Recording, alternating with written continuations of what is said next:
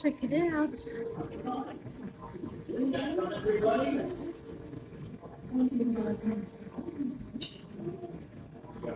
Nice. Standing around.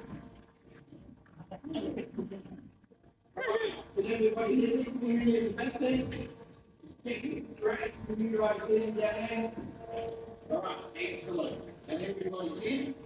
Doing the last ones. Beautiful. All right. So gold tears of the sun god Ra.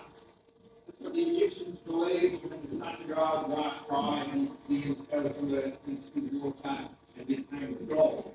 Because that's not true. And then I'm going to tell you about some of the properties of gold, but I'll finish my story first. Because we were talking about the gold rush. So, 150,000 people have hit the West Australian gold field.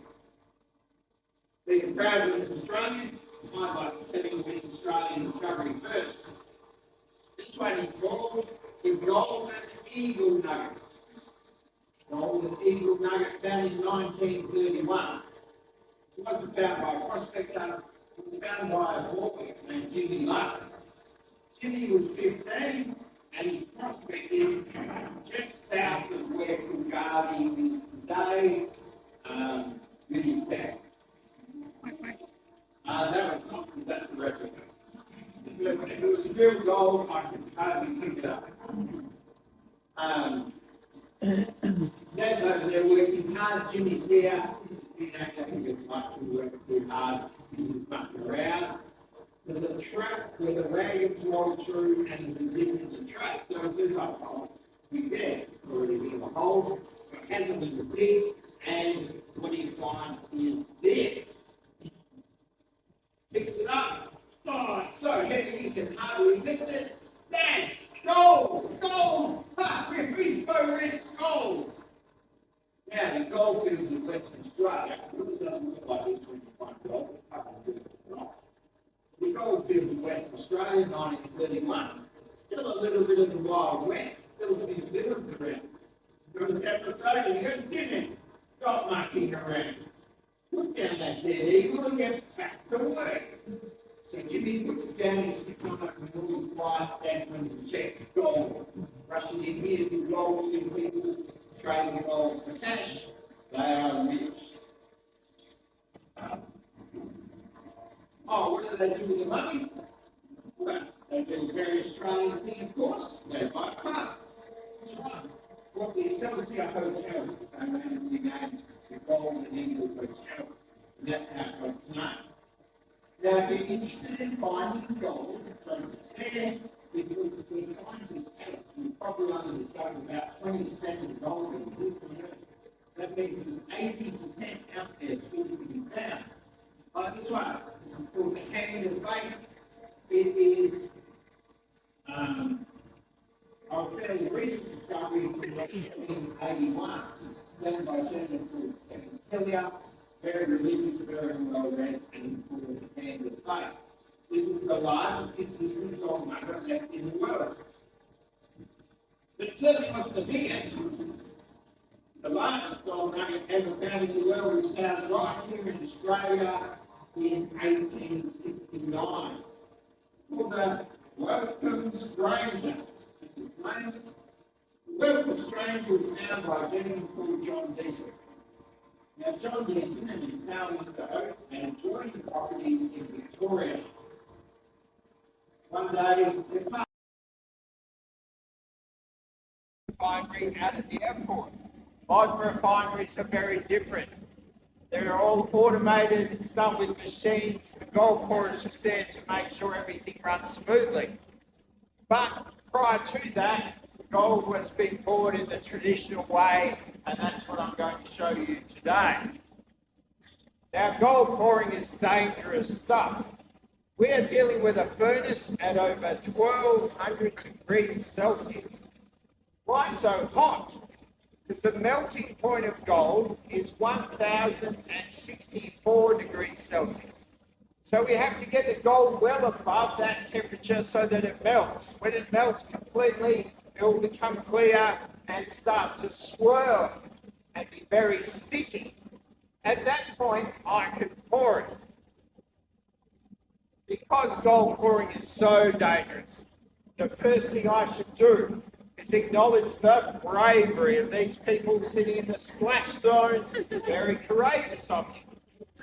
No, you're perfectly safe right where you are.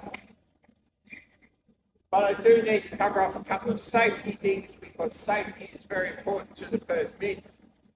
The first thing is, the most dangerous part of a gold pour is, of course, the gold pour itself. So you can take as much photo or video as you like, but please turn off your flash. Don't flash me as I'm pouring the gold. Same thing if your phone ringer is a cannon firing, something outrageous like that. Don't scare me. And you must remain seated at all times. Not only does that help that everybody can see, but also if you stand up, you might hit some of these loose seats in front. They can fall and go bang. You don't want that happening while I'm pouring the gold. Lastly, if something does go wrong or the alarms go off, what we're going to do is we're going to calmly exit. We're going to follow this lovely lady here, calmly exit through that door and go to the left. You'll be greeted by a fire warden wearing a fire warden's helmet. They'll walk you through to the safe zone. Right, that's pretty much it for the safety stuff. I can get on with the tour. Welcome to the Melt House, 99. At that time, the gold rush was on. Gold was pouring through the doors. There used to be 15 furnaces along here, 15 of them, all going full pelt, teams of 2 men pouring gold at each one. When we decided to make this an exhibition space, we took those furnaces out. But we didn't throw them on the rubbish heap. No. Remember I said gold is very sticky at those high temperatures? Tiny flecks of gold stick to the inside of the furnace, the walls, all sorts of things. So we took those old furnaces out, crushed them down, took them out to the new refinery, put them through the process. What did we get out? In today's money, about $2 million in gold came out of the old furnaces. That means it's gold in their walls, lots and lots of gold. Put away your hammer and chisel, we can't touch it. Nationally, heritage is the building, so it's going to be there forever. But we had to make this area safe for you, so we were allowed to touch the ceiling. We didn't bring in a person with a fire hose. No. We brought in a cherry picker, sent a gentleman up with a wire brush and a pan. It's his job to scrape every inch of the ceiling and collect the dust. Once we had all the bags of dust out to the new refinery through the process, in today's money, over $200,000 in gold came off the ceiling. There's gold in their walls. Now, we can't just put the gold in the furnace because it would stick to the furnace. So we didn't put it in something. We put it in what we call a crucible. A crucible is just a super high fire clay pot, very, very strong with a carbon outer lining. This is a brand new one. A brand new one will last for about 10 to 14 days of gold pouring. Here's one that lasted the full 14 days. As you can see, it's a bit worn and pitted, but it's still holding its shape. Technically, I could still pour gold with that. We don't throw these in the rubbish tip either. No, I'm probably holding about $600 worth of gold. Tiny little gold flakes embedded inside the crucible. Now, as I said, gold pouring is dangerous stuff. Things can and do go wrong, as happened in this instance. There was a gold pour just like this one. The gold pourer lifted the crucible out of the furnace. The bottom fell out. Just as he was putting it back in, big pack of gold in the bottom of the furnace. Hopefully that won't happen to us today. Now spare a thought for those original gold pourers from 1899 onwards. There was no hot health and safety in those days. They were given a little leather apron like this one,